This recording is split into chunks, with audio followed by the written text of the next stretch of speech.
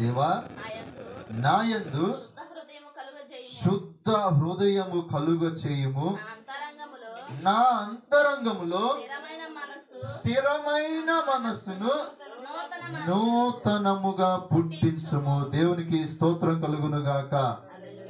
కీర్తనకారుడు రాస్తున్నటువంటి మాట, దావీదు భక్తుడు రాస్తున్నటువంటి ఈ మాటల్లో, అయ్యా దేవా నాయందు శుద్ధమైన హృదయాన్ని నాకు కలుగుచు, ఇదిగో నా అంతరంగములో స్థిరముగా ఉండే మనస్సును నూతనముగా మరలా నాకు పుట్టించు ప్రభువా.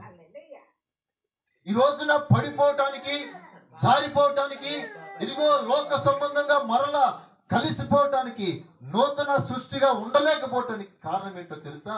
మనలో స్థిరమైన మనసు లేదు ప్రియ దేవుని బిడ్డ. నూతనమైన స్థిరమైన మనస్సు మనలో లేదు ఈ రోజున. అందుకనే ప్రతి చిన్న విషయంలో కూడా మనం పడిపోతూ ఉన్నాం, ప్రతి చిన్న దాంట్లో కూడా జారిపోతూ ఉన్నాం.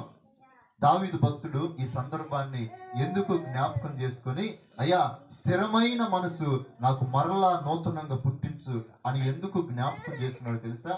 కీర్తనలో మొట్టమొదటిగా మనం అక్కడ చదివితే కీర్తనలకి 51 కీర్తన పైన ఒక మాటలు రాసి ఉన్నాయి. ఆ ప్రధాన గాయకునికి దావీదు బత్షెబా యొద్దకు వెళ్ళిన తర్వాత నాతాను ప్రవక్త అతని యొద్దకు వచ్చినప్పుడు అతడు రచించిన కీర్తన చాలు.